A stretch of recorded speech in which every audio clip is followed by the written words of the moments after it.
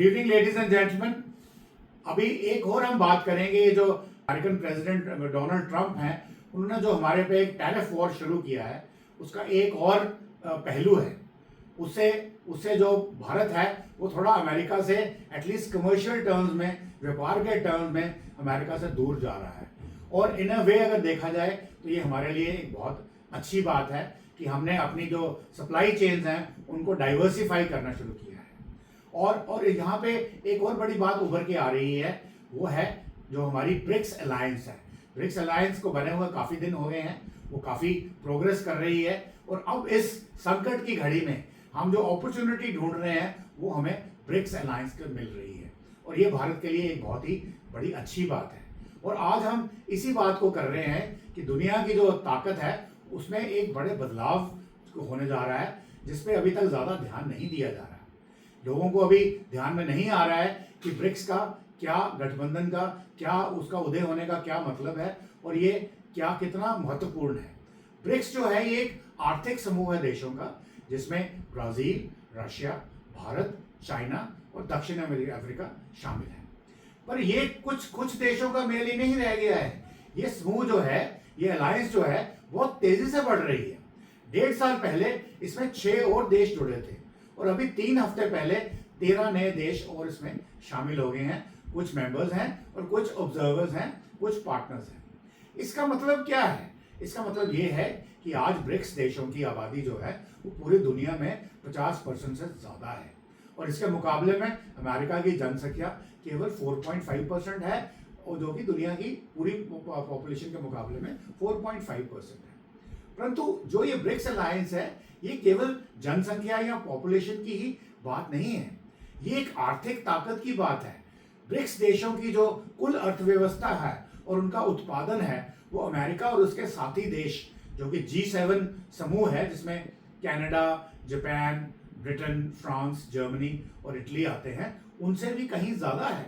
जो उनका overall output है जीडीपी का, वो उससे कहीं ज़्यादा है। इसका असर ये है कि अब हर देश, हर कंपनी अपने भविष्य की रणनीति बदलनी चाहेगी। पिछले 70 सालों में अमेरिका दुनिया का सबसे बड़ा ताकतवर खिलाड़ी रहा है, लेकिन अब हालात बदल रहे हैं। अब एक और बड़ा और अमीर समूह आ चुका है, वो है ब्रिक्स अलायंस। आज फैसले का लेने का तरीका भी बदल रहा है। अगर किसी देश को कोई रेलवे लाइन या कोई मेजर प्रोजेक्ट बनाना था, तो अब वह पहले सिर्फ वॉशिंगटन, लंदन या पेरिस पर निर्भर करता था, जो अब स्थिति नहीं है। ये उससे भी ऑफर लेता है और फिर बीजिंग, नई दिल्ली या साओ paulo से तुलना करता है। और बार बार ये देखा जा रहा है कि ये देश जो भी हैं ब्रिक्स की तरफ झुक रहे हैं, ना कि अमेरिका नेतृत्व वाले G7 की ओर। ये बदलाव साफ संकेत है कि अमेरिकी साम्राज्य का अंत जो है वो शुरू हो चुका है। अमेरिकी आर्थिक साम्राज्य का अंत शुरू हो चुका है। ये मुद्दा अमेरिका के हाल के राष्ट्रपति चुनाव में मुख्य विषय होना चाहिए था, लेकिन दोनों ही पार्टियों ने, यानी कि डेमोक्रेट्स और रिपब्लिकन्स ने, इसे नज़रअंदाज कर दिया गया था। अब वो इनकार जो है, उसकी जो भारत की कीमत है, वो अमेरिका चुका रहा है। चाहे वो यूक्रेन का युद्ध हो, या इजरायली युद्ध हो, या ईरान के साथ युद्ध हो, या दुनिया के किसी भी और हिस्से में अमेरिका ने गया हो, वहाँ पे उसका असर साफ देखा जा रहा है। जब यूक्रेन युद्ध शुरू हुआ था तो राष्ट्रपति बाइडेन और उनके अधिकारियों ने कहा था कि रूस बर्बाद हो जाएगा, उसकी मुद्रा गिर जाएगी और पश्चिमी देशों से हरा देंगे, लेकिन ऐसा नहीं हुआ। यूरोप में तेल और गैस से बिकने को रोकने के बजाय रूस ने अपने ब्रिक्स साथियों के साथ मिलकर के, खासकर चाइना और भारत को ऊर्जा बेची, और ये ऊर्जा जो बेची गई, इसका अप्रूवल अमेरिका की तरफ से भी था। बाइडेन एडमिनिस्ट्रेशन ने बोला कि यदि आप नहीं खरीदेंगे तो विश्व की जो ताकतें हैं, जो कीमतें हैं ऊर्जा की, वो बहुत बढ़ जाएंगी। और नतीजा ये है कि आज रूस की अर्थव्यवस्था अमेरिका से भी तेज़ी से बढ़ रही है, क्योंकि उनके जो एक्सपोर्ट्स हैं, स्पेशली एनर्जी के, ऑयल एंड गैस के, वो बहुत ज़्यादा हैं। और हकीकत साफ है कि दुनिया बदल रही है, और अब एक ही ताकतवर देश का ज़माना जो है वो ख़त्म हो चुका है। अब ब्रिक्स एक नई ताकत बनकर उभर रहा है, और इसे नकारना एब्सोल्युटली नामुमकिन है। लेकिन मिस्टर ट्रंप को ये बात समझ में नहीं आ रही है कि भारत को निशाना बनाकर अब तक जो अमेरिका का भरोसेमंद साथी रहा है और इंडो पैसिफिक क्षेत्र में चीन के खिलाफ एक अहम भूमिका निभा रहा था, वो उस भारत को अपने से दूर धकेल रहे हैं और वहाँ पे इंडो पैसिफिक में उनके लिए एक मेजर चैलेंज, मेजर चुनौती खड़ी हो जाएगी। और ये भारत को रूस और यहाँ तक कि इवन चाइना के करीब ला रहा है। चाइना और भारत के बीच में भले ही सीमा विवाद है, बड़े ही चाइना और भारत की जो हुकूमतवादी सोच है, भारत उसको नहीं मानता, लेकिन अमेरिका के खिलाफ दोनों देश साथ आ रहे हैं।